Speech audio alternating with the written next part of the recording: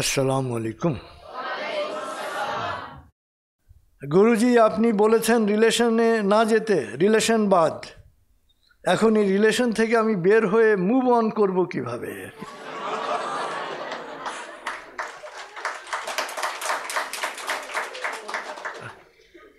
খুব সিম্পল, খুব সিম্পল। কাট কাট। শুনেন, নেপোলিয়ন বোনাপার্ট ফ্রান্সের সম্রাট হয়েছিলেন। তিনি কিন্তু বেটে ছিলেন, মানে ফরাসিদের তুলনায় তিনি বেটে ছিলেন। তিনি যখন সিম্পল একজন কর্পোরাল আর কি, প্যারিসে এসছেন একজন জ্যোতিষীর কাছে, এবং জ্যোতিষীর খুব নাম ডাক, জ্যোতিষীর খুব বিখ্যাত জ্যোতিষী, অনেক খুঁজে পেতে মানে বের করেছেন তাকে। হাত বাড়িয়ে জিজ্ঞেস করছেন, আমি কি ফ্রান্সের সম্রাট হতে পারবো আর কি? তো উনি অনেকক্ষণ দেখে থেকে বললেন, তোর মধ্যে অনেক সম্ভাবনা ছিল, কিন্তু এখন সম্রাট হওয়ার জন্য যে দাগটা থাকা দরকার হাতে আর কি, সেই দাগটা নাই, সেই রেখাটা নাই আর কি। অনেক গুণ আছে কিন্তু ওই রেখাটা নাই সম্রাট হওয়ার জন্য যে রেখা দরকার। তো নেপোলিয়ন জিজ্ঞেস করলেন যে কোনখানে সেই রেখা থাকে আর কি। হাত দেখিয়ে দিলেন যে এইখানে এইভাবে রেখাটা থাকে আর কি। নেপোলিয়ন ব্যানেট বের করলেন এবং ওখান দিয়ে চালিয়ে দিলেন আর কি। তারপরে জ্যোতিষীকে বলছেন, এখন কি আমি সম্রাট হতে পারবো? জ্যোতিষী হেসে বললেন যে পারবে, কারণ তুমি রক্ত দিয়ে তোমার লেখা তৈরি করেছ আর কি। এবং নেপোলিয়ন ফ্রান্সের সম্রাট হয়েছিলেন। এবং ফ্রান্সের সবচেয়ে জনপ্রিয় কোনো ব্যক্তি যদি থাকেন, জাতীয় বীর হচ্ছে নেপোলিয়ন। তো আসলে জীবন অনেক বড় আর কি।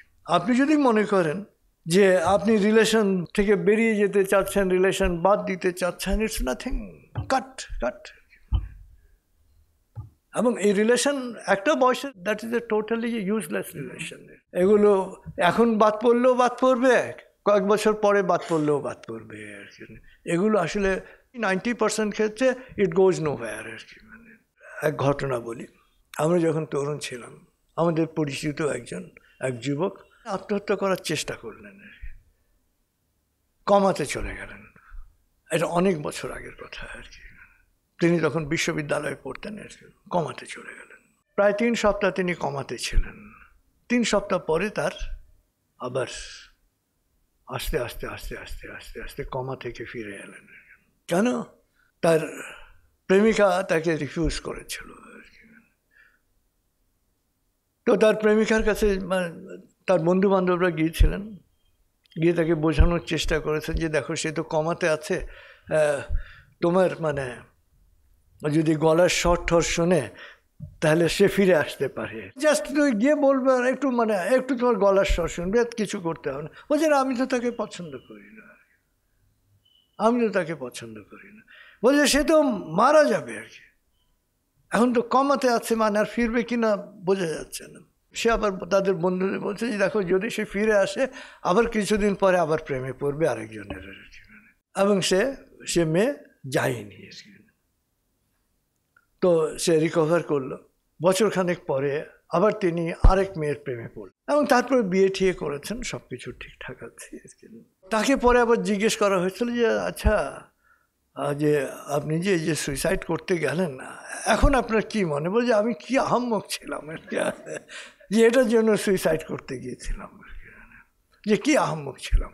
তো জীবন আসলে কারোর জন্য অপেক্ষা করে না, জীবন কোনো কিছুর জন্য অপেক্ষা করে না। জীবন সবসময় নিজের গতিতে চলে, এবং এটার নামই হচ্ছে জীবন, যেটা নিজের গতিতে চলে। অতএব রিলেশন থেকে বের হয়ে মুভ অন করবো কিভাবে, এটা কোনো প্রশ্নই না আর কি। If you want. নেপোলিয়ন কি করেছিলেন? তিনি সম্রাট হতে চেয়েছিলেন, কি করলেন? কাট মানে কি?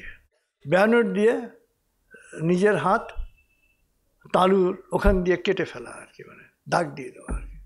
এমন নেপোলিয়ন সম্রাট হয়েছিলেন। এ কর্পোরাল মানে হচ্ছে অফিসার র্যাঙ্কে ছিলেন না আর কি, সিপাহী র্যাঙ্কের আর কি, নন কমিশনড। কমিশন হলে তো লেফটেন্যান্ট, তারপরে ক্যাপ্টেন মেজর, মানে এরা কর্পোরাল মাত্র, ইয়ং কর্পোরাল। তো হচ্ছে যে জীবনে কিছু পেতে হলে আর কি ডিটারমিনেশন প্রয়োজন, যে আপনি কি করবেন এটা ইম্পর্টেন্ট, আপনি করবেন কিনা এটা ইম্পর্টেন্ট।